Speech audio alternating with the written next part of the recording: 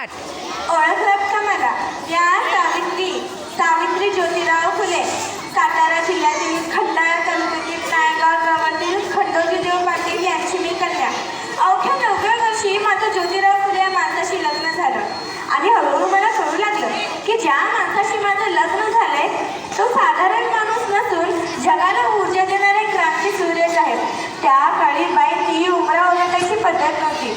बाई माणसांना कसं आपण बरं आपलं घर आणि घराची माणसं, स्त्री पुरुष उच्च नीचाचं नाही माहीत होतं, पण या सर्वावर एकच उपाय होतं, ते म्हणजे शिक्षण. शिक्षणाचा ध्यास हा एकच खूप ज्योतिरावांच्या मनात होतं. पण एकदा ज्योतिराव शिक्षणाचा प्रचार करत असताना फराड नावाच्या ब्रिटिश मॅडम त्यांना येऊन म्हणाले, मिस्टर फुले, तुम्हाला शिक्षणाचा प्रसार करायचा आहे ना? तो educated woman first, because in woman educated a house educated. पण तुम्ही माणसं वुमेनला घराच्या बाहेर पडूच देत नाही.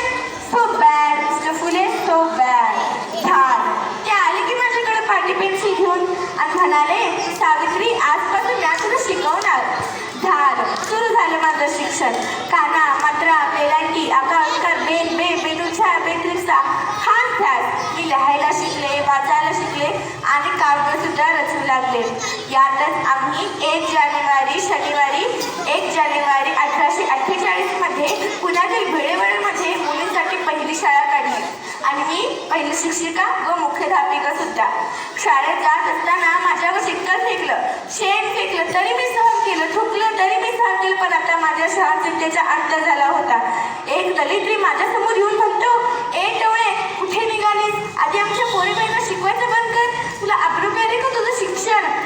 कदाचित त्याला माहीत नव्हतं आम्ही सुद्धा ज्योतिरावांच्या पत्नी आहोत. अशी खेती आणि संकटाच्या कानाखाली लावली आणि सुनावलं, आज आलेस, थोबड फुटले, पुन्हा आलास ना तुझ्या रक्ताने धरती रंगेल. स्त्री कुठल्या जाती धर्माची असो, ते नेहमी बळी पडत आली आहे. अहो, एखादा स्त्रीचा नवरा वारला की त्याने सतीच जायचं. आता नवरा वारला ह्याच्यात तिचं काय दोष? आम्ही ह्याच्यावर काम केलं आणि इंग्रजांनी सती प्रथा ही प्रथा सुद्धा बंद केली. यानंतरच आम्ही विधवा महिला काशीबाई यांच्या मुलाला म्हणजे यशवंताला मी दत्तक घेतलं.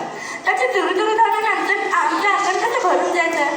त्याला वाढवलं, मोठं केलं, डॉक्टरही बनवलं. यातच पुण्यात प्लेगची साथ आली होती. काखेत गाठी येऊन लोक धडाधड मरत होते.